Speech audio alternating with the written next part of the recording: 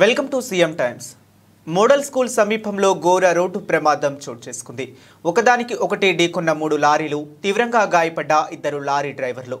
పల్నాడు జిల్లా వినుకొండ మండలం చీకటిగలపాలెం model school సమీపంలో తెల్లవారుజామున ఎదురెదురుగా వస్తున్న 2 లారీలు మొదట ఢీకొన్నాయి. వాటి వెనుక వైపు నుండి వేగంగా వస్తున్న మరో లారీ ఢీకొనడంతో ప్రమాదంలో తీవ్రత పెరిగింది. ఈ సంఘటనలో లారీల ముందు భాగం నుజ్జునుజ్జయ్యాయి.